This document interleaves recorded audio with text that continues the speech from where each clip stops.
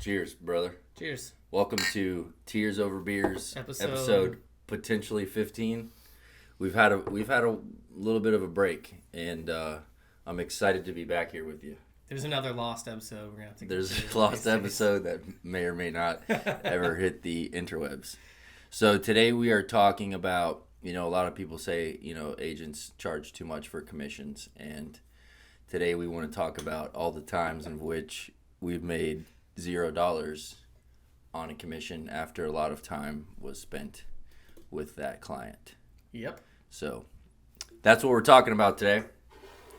Ian, introduce our beer. Our beer of the day is a crowd favorite, Orange Blossom, OBP, Orange Blossom Pilsner from Orange Blossom Brewing Company in Lakeland, Orlando, somewhere there. Which is delicious. It's a very easy, lovely signature Florida drink. Very easy beer. It's a good to summertime. Drink. It's hot outside. Hot as hell. We cooking. It's even hot in here. So cheers. Cheers. You want to go first? You want me to go first? I can go first. So I had two. This in the same year. I think this was 2019. I had two back-to-back really good ones, but it was a listing in all the way out beyond Mims, close to Oviedo. What? And a listing out there. A listing out there, okay. Yes. So it was a very unique piece of property. It was a horse rescue center. That counts. Drink. That counts. Drink. So it was a horse rescue farm, house on it, nice house, and she wanted to buy a larger piece of land. This one was, I think, 5 acres, and she was buying one that was 20 acres in Ocala. Oh, and so you weren't doing that. I was not a party to that transaction at all, which is an important piece of the story. Okay. So we listed it, I think. Because what people probably don't understand is when you're in that situation, when you're representing, them on the buy as well, right? So you have a lot of responsibilities and things to keep track of. And when you're not on the buy, you still have all those responsibilities and things to keep track of, but you're not getting paid for it. Yes, but you're not getting paid for it, exactly. So, anyways, drive out there, shows me the place. It's a really cool property. I'm excited about it. So I'm going to roll out, every marketing thing I can. We did videos with the horses, the full package of everything. And in 2019, the market was pretty healthy. It wasn't anything crazy. But it wasn't anything crazy. Wasn't a bad market. Yeah. So, and I was excited because I thought it was a really cool thing, and I wanted to do a lot to win her business. So, after I met with her the first time, she wasn't ready to do it. I went out to visit one of her exhibitions at Wickham Park. Met her there. Oh yeah. Petted the horsies. the whole 9 yards. Shoveled some shit, did it all. Asked her if she needed any help. And anyways, end up listing the property. And I also, during the time after I got the listing, she was doing a fundraiser to help purchase the other piece of property.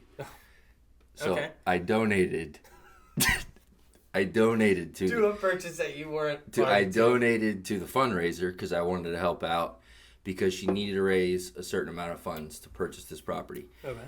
And from my understanding, which I didn't totally confirm with her at the time, but it was an off-market deal that she was buying, and she had a verbal agreement with this guy that she was going to buy it as soon as she got enough funds. But we also had to sell her property, so I had hers listed. And eventually, probably 90 days on the market or so, she calls me up one day and says, the property that she was going to buy is falling through, and she's not going to be able to buy it. And she was crying and very upset about it. And, I felt bad. I was like, well, let me know. I can try to help you find another spot to put your horses. Because there was some piece of it where the land would get flooded a lot out there. So she was concerned about... On the 5 acres or on the... On the one that she was currently on. Okay. So she was worried about a lot of things. Horses do know how to swim, though. Do they? And I saw an interesting video. It was from the early 1900s or something. It was horse diving. These men on horses diving off like a 20-foot high That dive. is not real. It's real. That's not real. It is. David, can we pull up a clip and put that into this It is video? real. It is Horses also diving. a real. So Instagram didn't shut that one down. That's good. That's good. So, anyways, have that conversation. I'm like, let me know. So I'm starting to look for properties for her. Anyways, more time goes on. She calls me up one day and she's like super pissed off. She's like, just cancel my listing. I'm just going to stay here or whatever. Does that count? That counts. That was not even a full ring. It was a ring enough. It was a ring. All right. And so, cancel the listing. Ugh. Always the best phone call to get. 1 week later, she lists the property with someone else for $150,000 less than what I had it listed for. What was the price when you listed it? I think it was $699, Okay.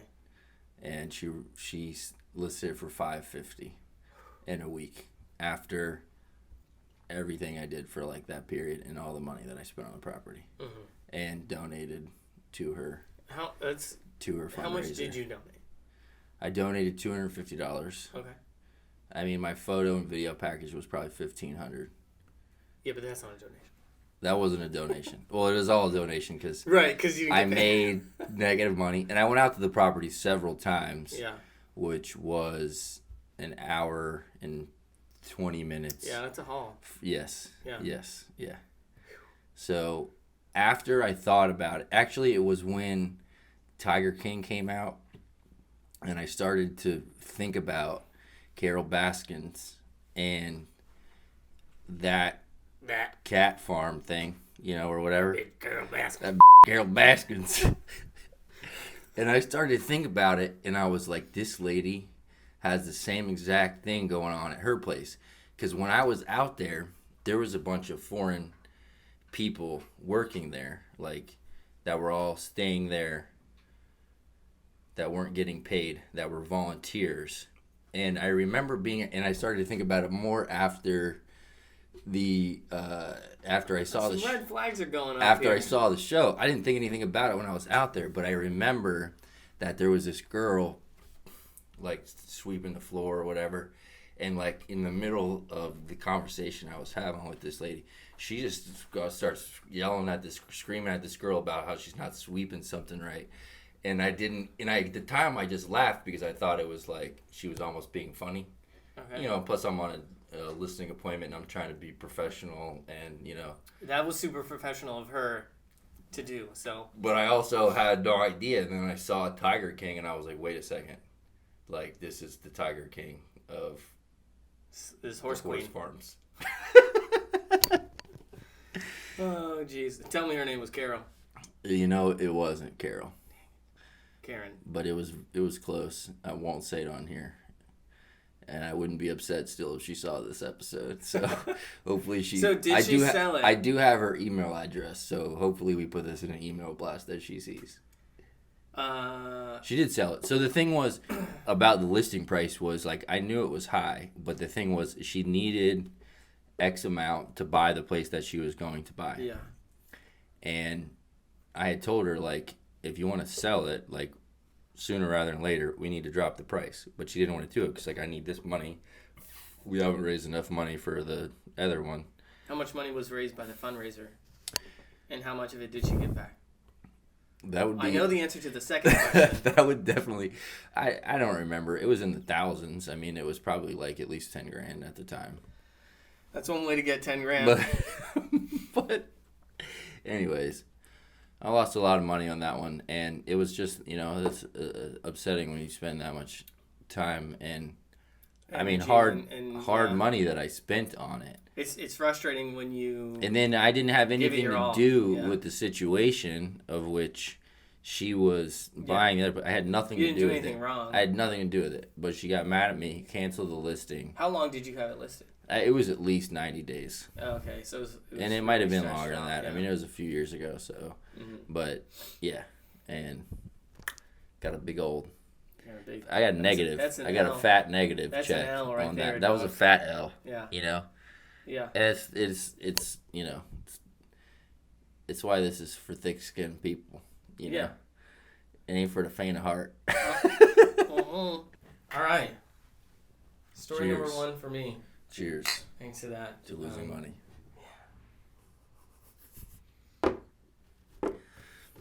All right. What are we going to tell first? Okay. So, this is when I was new-ish. I was maybe a year into the business. And a lead had come through on my mentor's listing. Mm-hmm. And it was just a couple looking to see. It was a townhouse beachside. I don't remember the name. Emerald something. You know, Emerald Court over there. Yeah. Nice unit. Showed it to them. They weren't really interested in it. They more wanted a single family home. So, got them pre-approved and started moving along and showed them house after house after house. I showed them houses during, dinner time. It was always like a really bad time. That's the worst is when, like, if you don't close on a transaction with someone and you think back about all the times of which all you the were plans I had to go change. do something and you had to change your plans. Yeah. And they were nice people. I mean, I really liked working with them. We were cool. Like, he was a neat guy and she was super friendly and everything was good. I showed them, I think it was 27 or 28 houses. I showed them so What's your houses. record? Do you have a record? I don't know if I would. They might be my record. They might be actually. a record. Yeah. And anything in the 20s is it's really something. 20 is a lot. And as inventory starts to climb, I'm getting nervous. We're going to get back into that. We're coming right back to showing 30 houses. 4 months ago, there weren't 20 houses on the market. There was 2. Any given It's price like the only good thing about the low inventory market was like you can have that I one. know I don't even or have just to. That one, I don't have to go on MapQuest and plan my route because I'm going to have one house to show. Yeah. So I'll go straight to that one. Oh, just send me an email with what's available in my price range. It's like. Nothing. There's 0. Maybe tomorrow there'll be one, but probably it's falling down. Yeah. There's no roof, but the house is there. Yeah. $500,000. That's what it gets you. So I showed them all these houses. We made 1 or 2 offers maybe, and I think just 1, and it was like a highest and best situation, which was not super uncommon in 2015. Yeah. Yeah, they've always happened at some point. But then these people just disappeared. And I didn't hear from them, and and I followed up. Did you win the highest and best? No. Okay. Lost the highest and best. And kept looking. That wasn't like the end of the relationship. They were understanding. They didn't want to go super duper high. So, it just we let it go, and that's what it is. And did you ever look to see if they bought a house after that? Like I'm getting it. And okay, sorry. So, a while goes by, maybe like 6 months, and I saw him at Intercoastal. I was driving by, but I saw him. He was pretty unique looking guy. He had long hair, like long curly hair. Could recognize him from the car. Right? Yeah, so I texted him. I was like, "Hey man, I just saw you at Intro." I was like, "What's going on? How are you?"